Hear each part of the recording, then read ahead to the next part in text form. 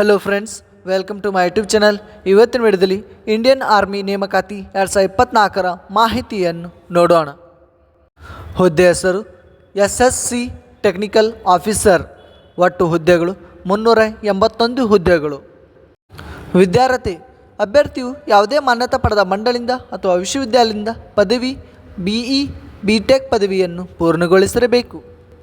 ವಯೋಮಿತಿ: ನೇಮಕಾತಿ ಅಧಿಕೃತ ಅಧಿಸೂಚನೆ ಪ್ರಕಾರ ಅಭ್ಯರ್ಥಿಯು 1/4/2025ರಂತೆ ಕನಿಷ್ಠ 20 ವರ್ಷಗಳನ್ನು ಪೂರೈಸಿರಬೇಕು ಮತ್ತು ಗರಿಷ್ಠ 27 ವರ್ಷಗಳನ್ನು ಹೊಂದಿರಬೇಕು. ಅರ್ಜಿ ಶುಲ್ಕ: ಅರ್ಜಿ ಸಲ್ಲಿಸುವ ಅಭ್ಯರ್ಥಿಗಳಿಗೆ ಯಾವುದೇ ಅರ್ಜಿ ಶುಲ್ಕ ಇರುವುದಿಲ್ಲ.